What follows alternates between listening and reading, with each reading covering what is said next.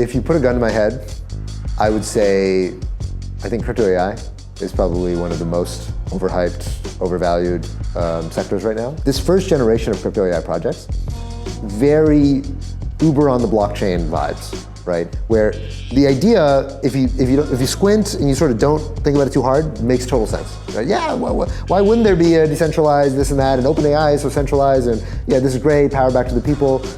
When you really look in the details of like, okay, why would Uber on the blockchain not really actually work?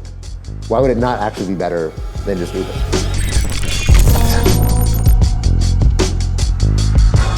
Yeah, so I'm Haseeb. I'm a managing partner at Dragonfly, which is a global crypto venture fund. I got started with Dragonfly. I was originally at another fund called Metastable, and Dragonfly was actually originally an investor into Metastable. I got started in the space in 2017, came into the space full time, first as an engineer, then as a founder, and then found my way to becoming an investor. So I basically joined forces with Dragonfly very early and helped turn it into what it is today. Dragonfly, we're a global crypto investment fund.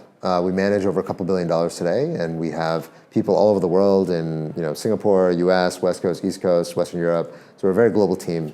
And we like to invest very early in the projects that we think are going to have potential to move the entire industry. So we were seed investors in Avalanche, Dune Analytics, Monad, Athena, a lot of the Bybit, a lot of the big projects that people know of that end up having kind of industry level impact are things that we've backed very early on, and we write checks anywhere from 3 million on the low side to 30, 40 million on the high side. So that's what we do as investors. In terms of what we're looking forward to, every market cycle, there's always a new set of ideas that end up congealing because of new things that get enabled by what was unlocked in the last cycle. And every cycle there's some recycling of old ideas. And it's always true that there are some old ideas that have been tried that work for the first time just because something in the air has changed. If you look, for example, at Athena is one of the deals that we led their seed round. Athena is not a new concept. Actually, the original predecessor to Athena was a protocol called Lemma. And Lemma Finance, actually there was another protocol in Solana that copied Lemma called UXD, which tried to do the same thing. These were basically more or less the same thing as Athena. Athena is a tokenized cash and carry trade effectively. And Lemma and UXD tried to do the exact same thing about 2.5 years ago, but all in DeFi. And what they both found was that the DeFi open interest was too constrained for them to be able to actually scale a product and get it to its meaningful size, to not end up saturating the entire purpose market. And so that was the predecessor. We actually led Lemma seed round, and we saw what happened with Lemma and why it didn't work. And so we ended up backing Athena, which is a project that figured out, hey, if you want to do this, you actually have to go beyond DeFi in order to actually get the scale for this carry trade to work. And so it's often the case that ideas that people think they've been tried and they didn't work, it's actually just one small move away from being a thing that finally does work and does work at a very, very big scale, right? So if you think, for example, BitClout. BitClout was a early crypto social project where you could bet on influencers and kind of didn't really work. And then you had Friendtech, which very close analogy to what BitClout did, but just you tweak a few things and you get something right and suddenly it goes nuts. And you see this again and again in crypto. You saw this in Web 2 as well. Webvan was one of the very first .com bubble companies that ended up going big and then going bust. Many, many years later, we have Amazon Fresh and Instacart doing the exact same thing that Webvan was doing that at the time people laughed at. People thought it was ridiculous that a company would buy vans and warehouses and store groceries and deliver them the last mile. Obviously, the unit economics could never work on that. And today, it's the most pedestrian business in the world. And so I think the same thing is often true in crypto. And so every bull market, we look for what are new things that have been enabled or new insights that people can move on that people think that they've written off. They think, it's been tried, doesn't work. Very often, that's where the biggest treasures can lie. So Monad, it's a new next generation layer 1 blockchain that basically optimizes the hell out of the EVM by parallelizing it and improving a lot of the infrastructure layers around consensus, storage, deferred execution, a bunch of other stuff. So, why invest in Monad? My view more or less is that the EVM has become completely dominant in crypto. But most implementations of the EVM and EVM blockchains are basically almost unchanged since the original implementation of the EVM in, originally C++ client, now the dominant client is Geth, which is written in Go. Almost everybody who's built an EVM chain just forks the exact same implementation of the EVM. So over the last 6-7 years, there's been very little innovation in the actual EVM engine itself. And if you think the EVM has won, which it certainly looks like it, 8 of the top 10 chains by TVL are EVM based, right? So EVM certainly looks like it is now the lingua franca of blockchains. Where are all the people optimizing the EVM? Why aren't we making it better, faster, cheaper? Why don't we make it run way more efficiently if we are more or less all agreed that this is what we're stuck with as the architecture for blockchains for the foreseeable future? And that's essentially the Monad story. It's a straightforward idea. It's not a crazy idea. It's like, hey, somebody needs to optimize the EVM because we can't just keep copying each other's forks and more or less copying each other's homework. Somebody's got to actually innovate and make it better. And that's Monad's story, and that's a big part of the reason why I got excited about their team and what they were building. If you look at Arbitrum or you look at Optimism, they also just use vanilla Geth. They basically just put Geth, but it's they have a centralized sequencer, and because there's a centralized sequencer, it runs way faster, right? But that's not why it's faster. It's faster because it's on a single machine. But the underlying virtual machine and all the other stuff that goes underneath it has not really been optimized to any meaningful extent. So that code that's ultimately running the actual transactions that you do when you're interacting with the blockchain, that code was written mostly 7 years ago. And it hasn't incorporated all the new techniques and all the new stuff that we've invented collectively as an industry over the last 7 years. Right? If you look at, for example, Aptos or Sui, these new, sort of the brand new hot off the press layer 1 blockchains, there's so many new techniques and so many new algorithms and sort of tricks that they've developed to make this stuff faster and more performant. Now, it's not EVM compatible, but Monad kind of copies a lot of the state of the art that we've seen from many, Libra and Facebook and all, JP Morgan, all these people who've been innovating in bringing more and more new tech to blockchains and bringing it all under the roof of the EVM. Now, I know you used to be a professional, semi-professional poker player, and you've sort of moved out of that. What are the main lessons that you've carried with you that you still use? Are there any poker analogies that, day to day you use to sort of view the world? There are a lot of similarities between poker and crypto. One big part of it is poker really teaches you to think in terms of probabilities. And crypto is a space that's full of uncertainty. And whenever you're making decisions under uncertainty, you have to be thinking probabilistically. You can't assume this thing will definitely happen, this thing will definitely not happen. Anybody who's doing that is going to get wrecked pretty quickly. So you have to, one, be able to think fluidly in terms of probabilities. And the other thing is, I think it teaches you to really manage your emotions. Crypto is a space that is full of volatility. And the volatility is not just price volatility, it's also sentiment volatility. It's also the amount of crazy scammers that are coming in and blowing up the industry and collapsing banks and destroying their own reputations and getting crypto banned in various places. Ultimately, as a poker player, if you're a professional, you're making money in the long run. But in the short run or the medium run, you could be getting unlucky, get a string of bad cards, and be going through these ups and downs. Crypto is similar, is that anybody who's been in crypto long enough, they have a fundamental underlying conviction that crypto is a real thing that solves real problems. But in the short term, there can be an FTX, there can be a Luna, there can be a BlockFi, there can be all sorts of crazy stuff that comes down and ends up causing you as an industry to go through a lot of ups and downs. And unless you have the ability to manage your own emotions and to really have confidence in your convictions, you're not going to be able to see it through. And if you don't see it through in crypto, that's the number one mistake. There's no point in coming into crypto in a bull market and leaving in a bear market. It's the only way you could possibly lose in crypto is if you do that. And that's what most people do, because they come in when crypto's hot, and then crypto becomes uncool, it becomes uncouth, it becomes some kind of reputation, brand, risk thing to most people, and they end up leaving at the absolute worst time to leave the space, which is when exactly is the time that you want to be buying in and developing your own reputation. Mm-hmm. So on that note, I wanted to ask you about market cycles more generally, but what are some of the observations you've made coming out of the last bear market and now that we're sort of going into a bull cycle? What are some things that you feel are different perhaps this time around? One of the things that are different. So this cycle is much more institutional than previous cycles have been. Every crypto cycle is different, but they all rhyme. And so part of your job as an investor is to see what's different and acknowledge how that's going to play out differently, but also be able to draw the line through all the similarities. Every crypto market cycle, there are new narratives. Those new narratives end up becoming very overhyped and usually overvalued. But there's some undercurrent of real adoption and real market value that you have to also be able to see and acknowledge and not throw out the baby with the bathwater. So the institutional composition of crypto is very different. Right? If you look in 2020, at that time, just look at Coinbase, for example, because it's a public company, so we can see their numbers. about 20% of their volume was institutional in 2020, and about 80% was retail. Now it's the other way around. 20% retail, 80% institutional. Very different market. When you have a market that's primarily institutional, now I'm talking about Bitcoin, Ether, obviously meme coins, no institutions are buying meme coins yet, that I know of. But if you look at the majors, it's now a mostly institution-driven market. In an institution-driven market, you should expect to see different liquidity, you should expect to see different volatility, different behavior to ups and downs. So you've seen in the last week or so, there's been a drawdown in altcoins.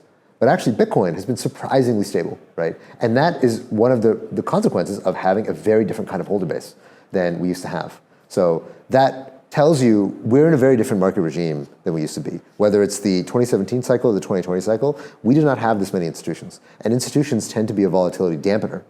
But right now, it's mostly Bitcoin, some Ether, very little of anything else that the institutions are holding. And if we end up seeing more ETFs and the market structure expand from here, then you can end up seeing that change trickling to other parts of the market. You mentioned some narratives tend to get overvalued and then overhyped and they fizzle out and die, and that's cyclical and to be expected.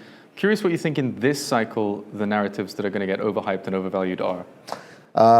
If you put a gun to my head, I would say I think crypto AI is probably one of the most overhyped, overvalued sectors right now. Can we get into why that is? Why that is.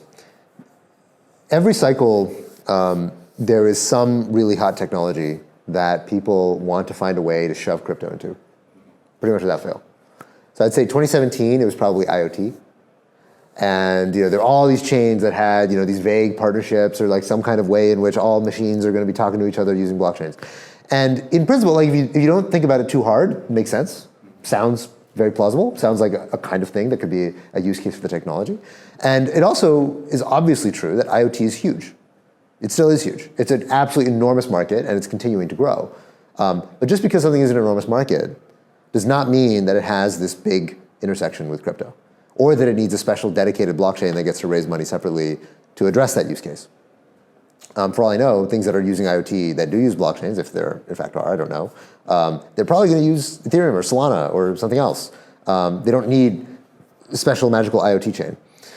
In 2020 and 2021, you saw the same thing with metaverses, right? Metaverses are ostensibly a thing, right? If you look at Fortnite and Roblox and all these are huge. These are enormous digital spaces in which people are spending a huge portion of their time. If we're talking about anything as a metaverse, that's a metaverse. We have them. They just don't use blockchains. And that's okay. There's no reason why every single technological trend needs to have this big, thick intersection with blockchains. So if you look at crypto AI, now there's a lot of interesting projects being built at the intersection of crypto and AI. And I don't want to suggest for a second that there's not going to be an important intersection between crypto and AI. But this first generation of crypto AI projects, very Uber on the blockchain vibes, right? Where the idea, if you squint and you sort of don't think about it too hard, makes total sense, right? Yeah, why wouldn't there be a decentralized this and that, and OpenAI is so centralized, and yeah, this is great, power back to the people. When you really look in the details of like, okay, why would Uber on the blockchain not really actually work? Why would it not actually be better than just Uber? And in order to do that, you have to really look into the details. You have to actually see how it plays out a couple times to get that intuition. And that's where I think we are right now in the market cycle, which is that everybody's kind of picking up these very obvious ideas that are very memeable, they're very easy for people to wrap their heads around. But it's only once we see these networks get to some kind of scale that we're going to see, I assume, or I predict, that, hey, these are not actually better than their centralized counterparts. And if they're not better, they're probably not going to win, right? But you look at something like DeFi, DeFi is way better than T+3 settlement. It's way better than, call up your bank and tell them, no, I really meant to make that wire transfer. Like all this kind of stuff that we complain about, these are real problems. These are real things that people complain about with their banks, right? Or if you're talking about somewhere in the Middle East or in Turkey or in China, people have real issues with their currencies that they can ameliorate using crypto. But if you go talk to AI people and you ask them, what are your problems? You'd have to go very, very far down the list before any of their problems are like, I need a blockchain. So that should tell you something about whether you are solving the problems that people in that industry actually have, as opposed to this more utopian project, which is, wouldn't it be nice if AI were decentralized? Wouldn't it be nice if communities got to own, machine learning models? And maybe it would be nice. But that is not sufficient reason to think that it will happen that way. So that's my 2 cents on Thank you. crypto AI. And given that crypto AI is a little bit sort of overheated and overhyped, what is the other end of that spectrum? What are some narratives that perhaps aren't quite as hyped as they should be? Aren't quite as hyped as they should be. That's a really tough question. I think in a way the RWA story feels insufficiently hyped. I understand it's kind of boring. In terms of, obviously not as flashy as Perhaps crypto for AI. individuals, yeah, but I think institutions are quite, quietly paying attention to it. Yes, I'd say institutions are talking about RWA, but they've been talking about RWA for 5-6 years, right? I mean, this is one of the oldest stories in crypto is RWA. So like in 2017, people were talking about tokenizing real estate and security tokens and all this stuff. So I think part of what I mean when I say it's underhyped is not that no one's talking about it. People have always been talking about RWA, but I think the level of attention that people are paying to that relative to restaking or crypto AI or these other things that are Bitcoin L2s, which are naturally capturing the imaginations of retail investors and most people who are paying close attention to the space. It feels like it's sort of underpriced right now relative to the field. Not that no one's talking about it, but that it is it's sort of underweight in what should be the intellectual portfolio of most people. Okay, and I'd like to talk about the Bitcoin halving. What are your thoughts on that? Do you expect any major changes? I think the Bitcoin halving it's a non-event. I think it's a complete non-event. I'll give you 3 reasons why I'm a Bitcoin halving nihilist. Yes. Okay. So reason number 1, any statistical pattern you're trying to derive from a data set of n equals 4 is nonsense, right? There have been 4 halvings, right? The idea that we have this, before this and this is pseudoscience, right? This has happened 4 times. Second, making claims about whether the Bitcoin price goes up when the halving happens does not work well when in 10 out of, I think it's 90% of years since Bitcoin has existed, it has gone up.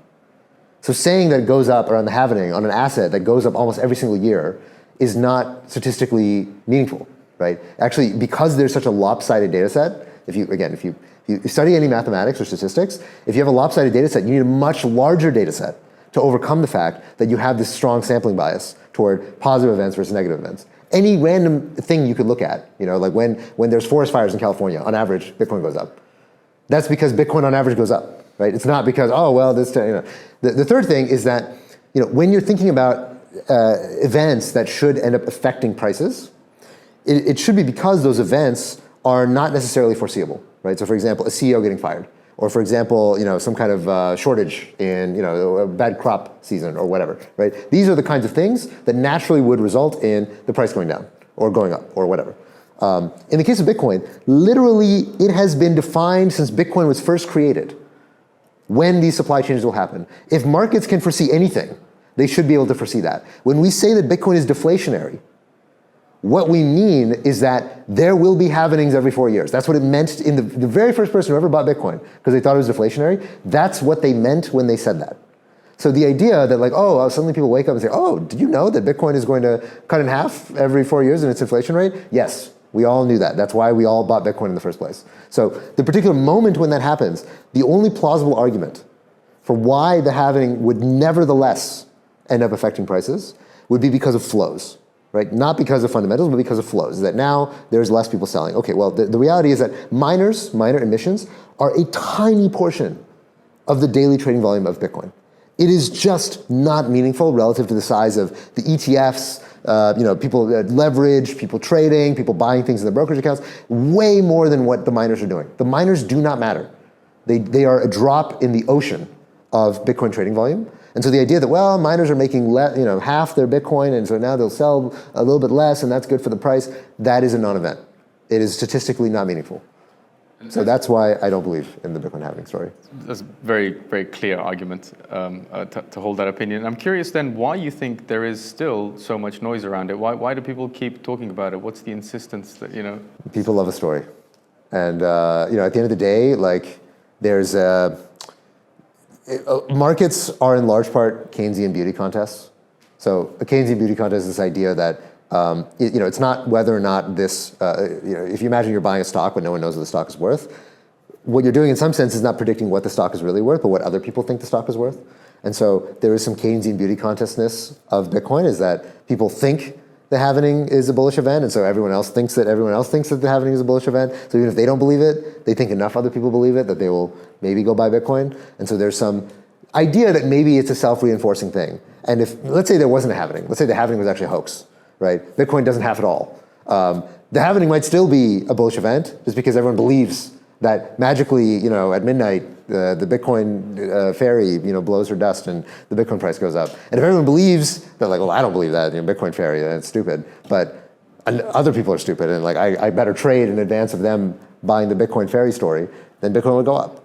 So that, I think, is part of the reason why this story has so much valence, is because, not because people, sophisticated traders really think that you could not foresee that Bitcoin was going to have anytime soon, and you couldn't bake that into the price, but rather that people believe this kind of Bitcoin fairy-like story, that everyone else seems to think that the Bitcoin halving is going to be bullish. And so if everyone else thinks it, then I guess I think it too. You were giving a talk, you had a panel.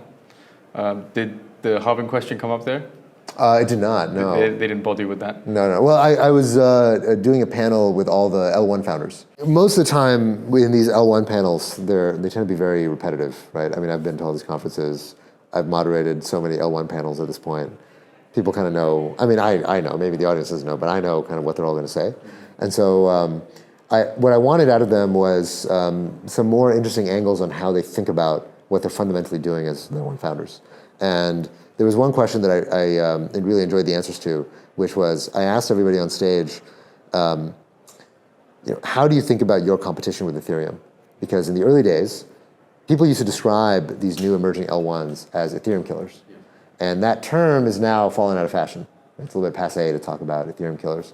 And the history lesson that we've gotten is that if you try to kill Ethereum, you're probably not going to make it yourself, right? So I asked everybody, how they think about their competition with Ethereum, or whether Ethereum itself is, accretive to what they're doing. And there was a range of answers on the stage, which I thought was very interesting. Nobody wanted to quite come out and say that they were competitive with Ethereum, except Solana. Solana was the only one that was like, yeah, yo, come at me, bro. Like, totally, bring it on. And that, I think, reflects the fact that Solana, is probably the only blockchain that has the throughput and the usage and the volume to really be able to credibly rival Ethereum today. But everybody else more or less gave the answer, like, look, we're friends, Ethereum's awesome, we're trying to be part of the community. So I found that very interesting. Was that surprising to you that they didn't say, oh, we're only competing in this arena, and like, maybe generally speaking, Unity is more important for the space because we want to bring, the next billion users on board. But, in some specific instance, we're competing with them, whereas Solana's just going head on. Yeah, when you hear Anatoly talk, I think Anatoly, it's interesting. He's a lot more kumbaya, a lot more like, yo, we're a big family, let's all get in the boat together. Raj was the one who was on stage, who's the other co-founder. And Raj, I felt like, I don't know Raj super well, but my impression with him is that he's probably more militant than Anatoly is, which is, I think, a good combination. You kind of need that yin and yang, so that there's one person who's kind of bringing everyone together, another person who's like, yo, play the smackdown. I did ask a question about Bitcoin L2s. So I asked them, what would you say to somebody who's a developer thinking about building their application on a Bitcoin L2 instead of on one of these new layer ones?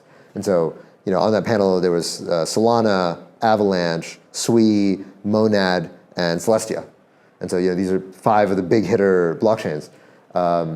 And so I got an interesting perspective from them on getting their debunking a little bit of the Bitcoin L2 story and why a developer might not want to build there. It's interesting, in the West, right, in the US, in Western Europe, there's not a lot of talk about the Bitcoin L2s. They're kind of a sideshow. They don't really get a lot of attention. But if you look here in the Middle East, or you look in Asia, right, in Hong Kong, I was just in Hong Kong a week and a half ago, a lot of people are talking about the Bitcoin L2s. It's a very, very big story. So it's interesting that the geographic element of how people resonate with the idea of building technology on top of Bitcoin. But of course, it's the elephant in the room for a lot of these L1 founders is how do you not lose the next developers to the Bitcoin L2s instead of going on these OG chains? 2 questions on that. Sorry, just very, very quickly. Yeah. Why do you think that geographic element exists? Is it because people have, or groups geographically have different necessities? Is it, use cases sort of determine the narratives that they focus on? So I can't speak necessarily for other geographies aside from China. China, I know, is very, very bullish Bitcoin. And if you look at, for example, the ordinals activity or the BRC20 activity, which are sort of these tradable meme coin type things or NFT type things that happen on Bitcoin, most of this activity was actually happening in China. So if you look at the biggest marketplaces, there was Unisat number 2, but then number 1 was OKX NFT marketplace, where they were trading a lot of these BRC20s and inscriptions. And so this tells you, why is this a China-centric phenomenon? I think the Bitcoin L2s have become larger, but still, most of the attraction to Bitcoin L2s is in Asia rather than in the West. I think a lot of this, it's been true for a very long time that China historically has been the wellspring of a lot of Bitcoin miners.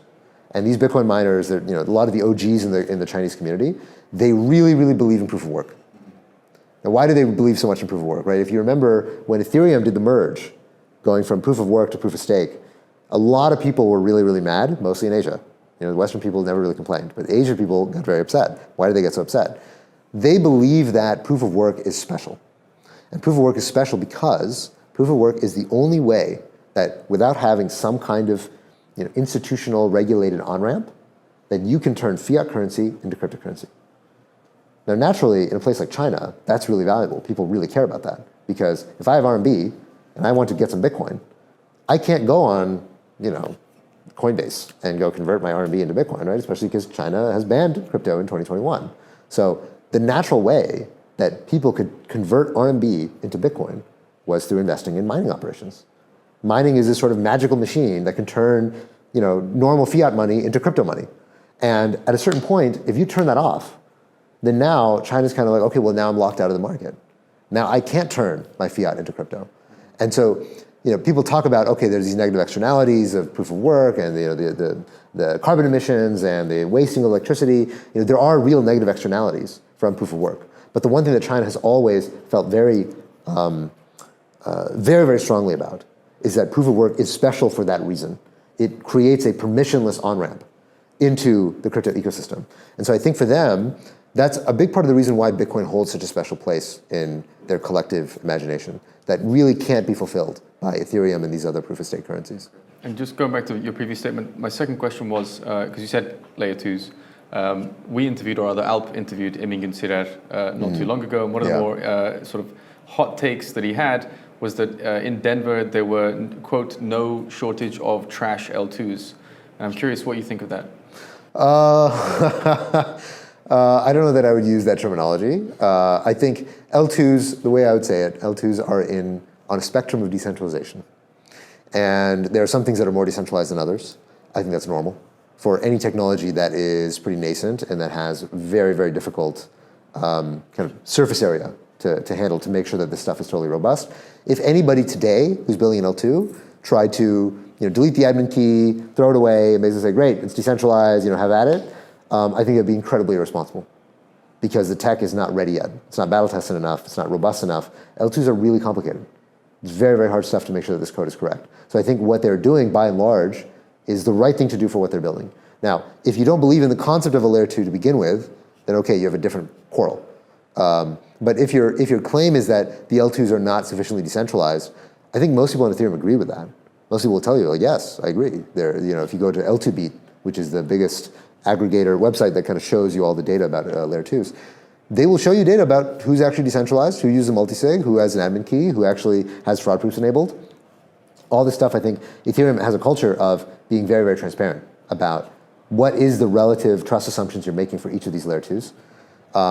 At the end of the day, I would put the Ethereum L2s and the Bitcoin L2s in very, very different camps.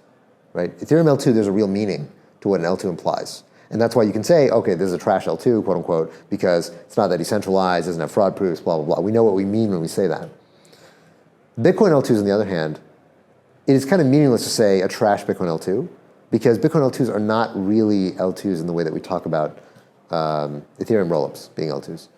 Bitcoin L2s, I was talking to a Bitcoin L2 founder the other day and asked him, okay, so what does it actually mean when you say this is a Bitcoin L2? Because you don't have permissionless fraud proofs, you don't have any kind of forced exit. So effectively you still have like a committee or a multisig or whatever that's controlling the stuff over a bridge. So what does it mean that this is a Bitcoin L2? Like it's not that I just have to trust Bitcoin, I also have to trust your shit. And their answer to me was, well, Bitcoin L2 means that you're aligned with Bitcoin. I was like, okay, so it's like a vibe. It's like, you're Bitcoin, we're team Bitcoin, that's why we're Bitcoin L2. And that's effectively what that means right now, right? There are mechanics or mechanisms that you can use to actually build an L2 on Bitcoin, right? Lightning is a Bitcoin L2. BitVM is a mechanism by which you could build a Bitcoin L2, but it is so incredibly inefficient that nobody has even tried to build anything at scale using BitVM, right? So everything people are actually doing that's called the Bitcoin L2 is basically a sidechain with a multi-sig and good vibes. And to me, okay, that's bullshit. That's not really a Bitcoin L2. That's a Bitcoin sidechain. And those, I think, are much less interesting to me than what's happening in the Ethereum world with respect to Ethereum rollups. Okay. I'd like to ask you another geographical question. You just spent some time in Hong Kong. I did. Were you there for conferences? Yes. Okay, I'm curious how, as somebody who's spent a lot of time in the US or the West rather more generally, how do you see the evolution of crypto hubs and blockchain hubs around the world? And perhaps you could comment on Southeast Asia versus the US versus where we are right now, the UAE. Yeah. I'd say today, probably the top 3 cities in the world for crypto are probably number 1, New York City, number 2, Singapore, and then number 3, Dubai. So if you just look at the aggregation of talent, capital, and energy, and of course, regulatory clarity also being a part of that story, it's very, very clear that these 3 are the big mega cities, and they also represent very different regions, right? So New York, if you're a crypto founder in the US, probably you're going to be in New York. If you are a crypto founder in Asia, you're probably going to be in Singapore. At least when you raise capital, you're going to be in Singapore, or your headquarters are going to be in Singapore, even if your dev team is going to be somewhere else. And then if you are in the Middle East or you're in India, you end up coming here to Dubai. Because Dubai, India, for all their advantages as a region that could be very welcoming to crypto, the reality is India is a bit schizophrenic on crypto, where the central bank of India is very anti-crypto, and the Supreme Court of India has actually pushed back against the central bank when the central bank tried to ban crypto. And so there's a little bit two-mindedness and there's a lot of churn and thrash going on inside of India. And so when Indian founders decide, hey, we want to go global, we want to build something real, they come here. And this has become this kind of international haven. It's sort of almost like, if you remember in 2017, a lot of people would go to Switzerland to launch their tokens. Well, now if you're in India, you come here. This is the place that you can actually get great talent, living conditions, you can get a positive regulatory environment, you can get access to capital. All those things happen here in a way that they can't really in India these days. So that's a big part of the reason why Dubai is so different. But each of those 3 megacities has, I think, different strengths and weaknesses with respect to their scenes and their communities. Right? So New York, very strong on tech. Obviously, the regulatory regime in the US is kind of a mess. Very, very unclear what the rules are in the US. And so the US doesn't give you a lot of regulatory clarity, but it's got enormous wellspring of talent and innovation and creativity. And of course, capital. Then you've got Singapore. Singapore is kind of that engine for Asia. It used to be Hong Kong once upon a time. Nowadays, it's unequivocally Singapore, although Hong Kong is competing to try to win that back. And Singapore, Asia, generally speaking, they're stronger on go-to-market, applications, exchanges, CeFi. Right, so most of the big exchanges in the world were built by Asian founders, and a lot of them now are in Singapore. So, and of course, a lot of Asian capital ends up finding its way into Singapore or Hong Kong. So then you have Dubai. Dubai, because it's such a center for the region, for MENA and for India, it ends up being this kind of mega hub for all the activity taking place here. The big advantage of Dubai is it's probably the best regulatory regime of any of these 3 cities. Right, so Singapore is kind of in the middle, New York is the worst, Dubai unequivocally the best. It's a big part of the reason why, if you take UAE generally with Dubai and Abu Dhabi, a lot of the big exchanges are now coming here to get licensed. And Binance, presumptively their headquarters are probably going to be in Abu Dhabi. So, and that's because Abu Dhabi and UAE generally have been so incredibly pro-crypto, and they realize that they kind of need to throw in their cards with a technological trend that is going to be big enough to give them some centrality in the world stage. And they think that's going to be Web3. Do you think then Dubai is in a position, or rather the UAE is in a position to continue or remain the number 3 crypto hub of the world? Or do you think Hong Kong might take over? Right now, I think it's Dubai's game to lose. I think Dubai has done very, very well in attracting talent, attracting capital, attracting companies to come over here and set up shop. I think in some sense, as long as India keeps screwing the pooch, I think they're going to make Dubai one of these super centers for crypto activity. But Hong Kong, I think in a way, Hong Kong and Singapore are kind of zero sum. If Hong Kong rises, I think Singapore is going to fall in relative importance. Dubai represents a different region and different go-to-market entirely from, I think, what both Hong Kong and Singapore are doing. And the thing about Hong Kong, even if Hong Kong does become successful, Hong Kong has tried to open up a new regulatory regime for crypto, and they've tried to attract a lot of the exchanges that used to be almost all of them in Hong Kong in the early days. But a lot of the exchanges have not come back because Hong Kong, I think their regulatory regime is much more constraining than Dubai's, right? So Dubai, if you look at these global exchanges like OKX or Binance, they can't get licensed in Hong Kong. So Hong Kong basically says, like, look, if you want to be licensed here, you got to run things our way. We're not going to meet you where you are. You got to be, sort of Hong Kong ready. And these exchanges are like, look, I operate in a cajillion countries. I have like my business. My business is my business. I'm happy to adhere to strict standards to bring it up to par. But if you're going to tell me, like, look, you can't get this business licensed, period, then, well, bro, I gotta operate. I gotta operate somewhere. And Dubai, I think, has been much more constructive in saying, hey, we understand you have this big, complex, sprawling global business. We want to find a way to make it tractable, that we can get you regulated, we can make sure that markets have confidence in what you're doing and the way you're operating, while still letting you run your business effectively the way that it's been operating historically. And that is a lot of what's been attracting the talent and the flow of companies here. I've got a question that people don't really seem to be talking about, but if you look deep enough on the web, you find some, people are talking about Kenya, for example, as a future crypto hub potentially, or parts of Africa, like Nigeria has a lot of transaction volume, but not necessarily the regulatory clarity, not even close to having the regulatory clarity, or the number of companies there to facilitate it or let it become a crypto hub. Right. Do you see parts of Africa as being sort of an emerging narrative in terms of crypto blockchain hubs? So I think I'm bullish on crypto in Africa, if that's effectively what you're asking. If the question is, will Africa or an African country or an African city emerge as being one of these megacities, I think that's very difficult. The reality is, each of these three cities that I described, New York City, Singapore, Dubai, they are connected to very, very large economies. And the unfortunate reality of Africa is that most of Africa, aside from South Africa, is still very much developing. And so, if you look at Nigeria, it's a very interesting place where there's a lot of crypto adoption, there's a lot of dynamism, there's a lot of usage of crypto on the ground, right? Binance, huge footprint in most countries in Africa, including in Nigeria. But the Nigerian government has just gotten this big tussle with Binance where, I don't know, you don't need me to recap the story, but it's kind of crazy shit going on the ground. The Nigerian central bank has been very concerned about money laundering and capital outflows. It's a country that has generally pretty strict capital controls because they're a country that has a very weak currency. The naira is depreciating a lot relative to the dollar. So you've got all these issues happening on the ground, and the government is naturally responding to that. This kind of instability makes it difficult for this thing to become a megacity, right? The thing that you notice about Singapore or Dubai or America is that they're very confident cities. They don't feel the need to be banning things left and right. They don't feel the need to say, oh my God, somebody's buying crypto, maybe they're selling dollars.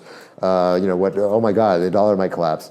Like, you kind of need to have some degree of stability and maturity to even be willing to accept experimentation in finance. If you are more or less, kind of living central bank paycheck to paycheck, so to speak, and any small disruption is going to be like, oh my God, what if the naira is going to just collapse now because people are turning their money into Bitcoin? Then there's just no real way for your government or your central bank to not be overly combative with the industry, which ultimately drives things away, drives entrepreneurs away. And so, the best founders in Nigeria, they don't stay in Nigeria. So ironically, one of the people on stage was Adeni, who is one of the co-founders of SWI.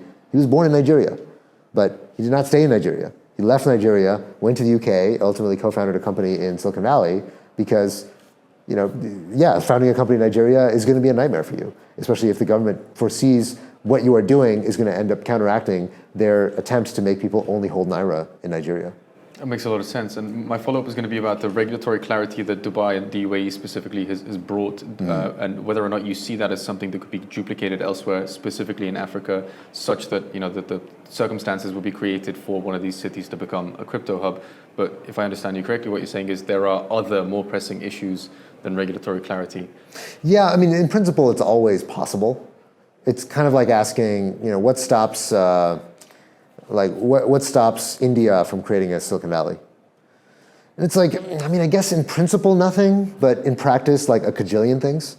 And yes, if you did every single thing right and you recreated the culture of Silicon Valley perfectly and got all the constituent components in just the right way, you could also create your own Silicon Valley. And Sweden could create one, and Brazil could create one, and blah, blah, blah. But the reality is they don't. They don't create them. And why don't they create them? It's a complex question, right? Anytime you're asking about why does this culture, this society, not end up manifesting this very unique set of circumstances that arose somewhere else, there's really only one Dubai in the world. It's hard to create more of them. And what they've created here is very, very unique. And this also applies to Abu Dhabi and the UAE generally. And so I think, although deceptively it seems very simple, is that, okay, well, you just need, hire good regulators, create some good laws, create some good regulatory structures, and let people come here and build and get bank accounts and do their thing. Sounds straightforward. And reality has a surprising amount of detail. And unless you get all those details right, what you say you want to happen and what actually happens end up being very different. Fair enough. I want to round off by getting your thoughts on what you hope for the blockchain space, what are your expectations, and what are you most looking forward to in the blockchain space in the coming year? The big thing in my mind that probably is going to be the pivot point for crypto over the next year is going to be the US election. Right. So much of crypto right now is unfortunately under the thumb of the more or less a combination of the White House and Congress in the US. And if we end up having a very anti-crypto administration in the White House, it's going to make it very difficult for crypto to have a good next 4 years. So I think a lot of what I'm looking for is kind of these more macro events. Crypto on the whole, I mean, crypto is technology. And technology, the beautiful thing about it is that technology only ever gets better, never gets worse. Governments sometimes get worse, laws sometimes get worse, people often get worse, but technology only ever improves. And so I'm very, very bullish on the technology of crypto becoming better, faster, cheaper, expanding in its ability to cover more and more human beings. But the culture and society and the laws, that's a very different story. I'm very interested in the prediction market space. Prediction markets historically have been kind of a dog, right? I mean, one of the very first investments that I made when I was at Dragonfly was, what's it called? Augur, okay. Rep token. If you're 2020 vintage, you're not going to know what the hell I'm talking about. But Augur was like the OG prediction market, and it completely did not work. Total disaster, no demand, no volume. And prediction markets have been one of these things that crypto native people like Vitalik or whatever, they love the idea, but it's just never really gotten product market fit. Mm-hmm. And this year seems to be the first year that prediction markets are really starting to work. Like the growth in volume, the growth in demand and mind share. And, you have like Trump has been retweeting prediction markets. You've got the Bloomberg guys. Joe Weisenthal, who runs the big Bloomberg podcast, is talking about prediction markets now. It feels like it's somehow baked into the bread all of a sudden of how people think about talking about news and events. And it feels like, especially with this presidential election coming up, this could be the year that prediction markets get really big and very mainstream. So that is one story that I'm quite excited about. Perfect. That's perfect. That's it. Awesome. Thank you so much for making time to talk to us. Really appreciate it. Absolutely. Thank you. Great.